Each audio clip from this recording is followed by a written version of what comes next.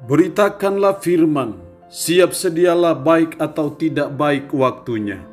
Shalom, kita bersyukur bisa berjumpa lagi dalam Renungan Harian edisi 22 Februari di hari ini.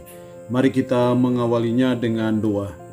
Puji syukur kami naikkan kepadamu ya Tuhan di pagi hari ini, karena berkat pertolongan dan pelindungan Tuhan sehingga kami boleh beristirahat dengan baik. Kami boleh melalui malam yang ada.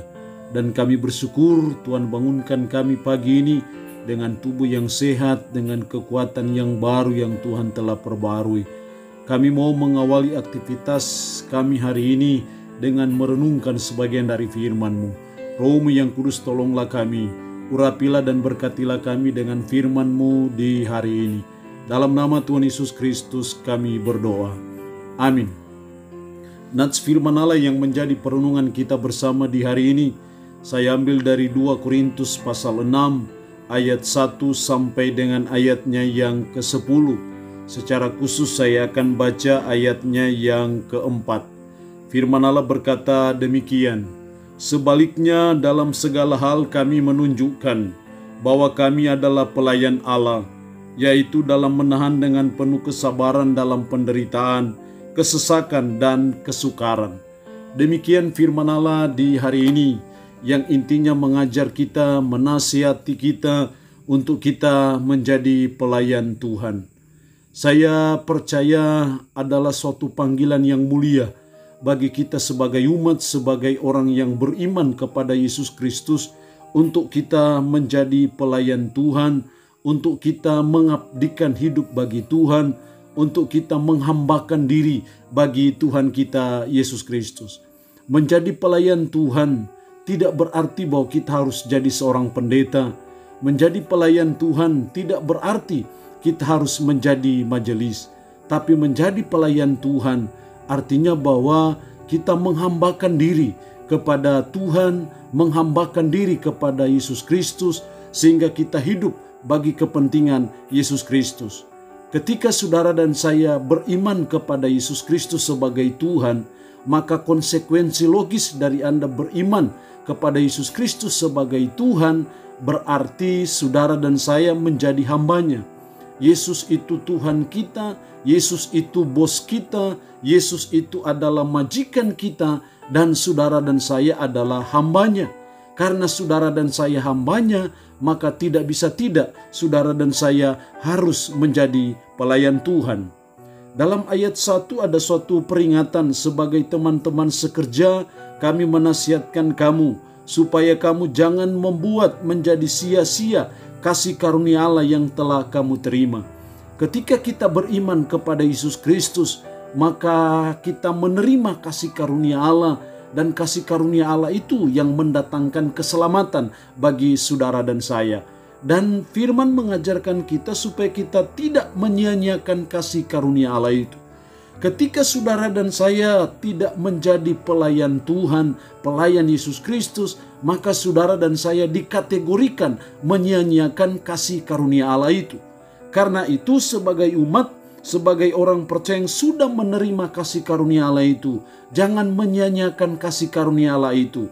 Dengan cara apa saudara dan saya tidak menyia-nyiakan kasih karunia Allah? Dengan cara saudara dan saya menjadi pelayan Tuhan.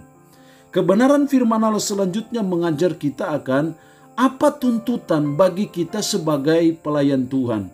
Setidaknya ada 3 tuntutan yang dituntut bagi saudara dan saya sebagai pelayan Tuhan. Karena ketika saudara jadi pelayan Tuhan, itu membuat kasih karunia Allah itu tidak sia-sia bagi kita. Nah, ada 3 tuntutannya. Yang pertama dalam ayat 3. Dalam hal apapun kami tidak memberi sebab orang tersandung, supaya pelayanan kami jangan sampai dicela. Paulus sebagai pelayan Tuhan, dia berusaha dalam hidupnya supaya dia tidak menjadi batu sandungan. Ini yang dituntut bagi saudara dan saya yang pertama sebagai pelayan Tuhan yang terlibat dalam pelayanan, dalam pekerjaan Tuhan yang dituntut dari kita. Mari kita berusaha supaya kita tidak membuat orang lain tersandung. Tersandung artinya bahwa dalam hidup kita sehari-hari ada bahasa-bahasa kok dia pelayan, kok dia mabuk. Ketika jemaat berkata seperti itu artinya kita membuat batu sandungan bagi jemaat. Kok pelayan, kok majelis, kok dia punya istri simpanan. Ini membuat batu sandungan. Nah, ini tidak boleh. Dalam hidup kita sebagai umat, sebagai orang percaya yang menjadi pelayan Tuhan, kita dituntut untuk tidak membuat batu sandungan bagi orang lain. Karena ketika kita membuat batu sandungan bagi orang lain, maka pelayanan kita akan dicela. Tapi Paulus berusaha supaya dia tidak memberi sebab orang tersandung. Karena itu pelayanannya tidak dicela. Yang kedua yang dituntut bagi kita sebagai pelayan Tuhan, ayatnya yang keempat. Sebaiknya dalam segala hal kami menunjukkan bahwa kami adalah pelayan Allah, yaitu dalam menahan dengan penuh kesabaran dalam penderitaan, kesesakan, dan kesukaran. Menahan dengan penuh kesabaran dalam penderitaan, kesesakan, dan kesukaran. Sebagai pelayan-pelayan Tuhan, kita belajar yang kedua yang dituntut dari kita adalah kita belajar sabar dalam kesukaran. Kita sabar dalam penderitaan, sabar dalam kesesakan karena pekerjaan Tuhan, karena melayani Tuhan, karena kita menghambakan diri kepada Yesus Kristus. Ketika kita mengalami penderitaan, mengalami kesesakan dan kesukaran seperti yang dialami oleh Paulus, kita belajar sabar. Itu yang dituntut Tuhan bagi kita ketika kita terlibat dalam pelayanan. Karena kita harus belajar melihat bahwa penderitaan itu, kesesakan itu, kesukaran dalam pelayanan itu adalah bagian dari ujian iman yang diizinkan Tuhan bagi kita supaya iman kita bisa di-upgrade. Dan kita harus selalu melihat penderitaan itu sebagai bagian dari rencana Tuhan untuk sesuatu yang baik yang Tuhan sudah siapkan bagi kita. Belajar pengalaman dari Yusuf ketika dia dimasukkan ke dalam penjara karena ketidakadilan. Itu mengalami penderitaan, kesukaran yang luar biasa. Tapi hasil akhir dari penjara itu, dia menjadi orang kedua di Mesir pada waktu itu. Artinya apapun penderitaan dan kesulitan hidup yang kita alami, kita harus melihat itu bahwa Allah turut bekerja untuk mendatangkan kebaikan. Karena itu kita dituntut supaya kita sabar dalam penderitaan kita. Yang ketiga yang dituntut kepada kita sebagai pelayan-pelayan Allah dalam ayatnya yang ke-6 dan ayatnya yang ke-7.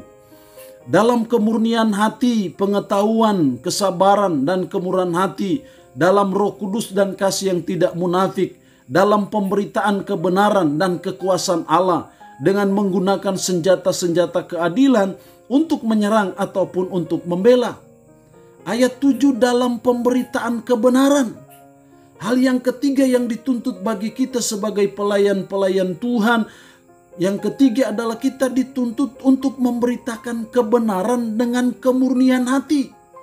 Kita memberitakan kebenaran firman tidak dengan maksud yang lain, tidak dengan tujuan yang lain, tapi dengan kemurnian hati, dengan motivasi yang tulus di mata Tuhan. Ini yang ketiga yang dituntut Tuhan bagi kita sebagai pelayan untuk memberitakan kebenaran. Kenapa kita harus memberitakan kebenaran? Karena firman Allah berkata kebenaran itu meninggikan derajat bangsa. Kenapa kita harus memberitakan kebenaran? Karena kebenaran itu yang memerdekakan kita dari hamba dosa, dari perbudakan dosa, dari kuasa dosa. Itu hanya kebenaran. Karena itu menjadi tanggung jawab kita sebagai pelayan-pelayan Tuhan yang dituntut dari kita. Mari kita memberitakan kebenaran dengan kemurnian iman. Karena kebenaran itu yang mengangkat derajat kita. Jadi supaya kita bisa mengangkat harkat dan martabat kita, maka kita harus memberitakan kebenaran, kita harus hidup dalam kebenaran, kita harus memperjuangkan kebenaran itu. Karena kebenaran yang akan mengangkat harkat dan martabat kita. Mari kita warnai dunia media sosial dengan kebenaran-kebenaran firman.